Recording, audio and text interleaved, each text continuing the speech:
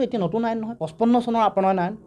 ইমান দিন কিয় বন্ধ হৈ থাকিল? তেওঁতো দায়িত্বশীল মন্ত্ৰী আছিল, এবাৰতো উচ্চাৰণ নকৰিলে। আজি মুখ্যমন্ত্ৰী হোৱাৰ লগে লগে প্ৰণয়ন কৰিছে, কিন্তু এইখন প্ৰয়োগ কৰাৰ লগতে লগত সৃষ্টি হোৱা বাকী কথাবোৰ মোকাবিলা কৰিবলৈ কেনেকৈ তেওঁ ব্যৱস্থা গ্ৰহণ কৰিব, সেই সম্পৰ্কীয় কথা বতৰাবোৰ চৰ্চা কৰা দৰকাৰ।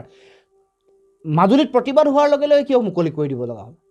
আইনখনৰ যুক্তিযুক্ততা, যথাৰ্থতা যদি আছিলে, এতিয়াও এখন আইনক লৈও আকৌ কমিউনেল তেওঁলোকে দৃষ্টিভংগী এটা আৰম্ভ কৰিব, সাম্প্ৰদায়িক পৰিৱেশ এটা দিব, মুছলমানক লক্ষ্য কৰি ল'ব।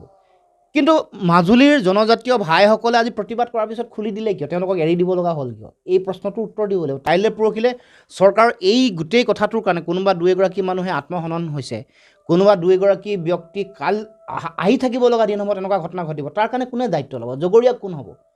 সন্তান সন্ততি। কাৰণ গৰ্ভৱতী মহিলাসকলৰ তেওঁলোকৰ সন্তানৰ দায়িত্ব, তেওঁলোকৰ পুষ্টি, তেওঁলোকৰ স্বাস্থ্য, সকলো ধৰণৰ কথা বতৰা স্বামীয়ে চায়।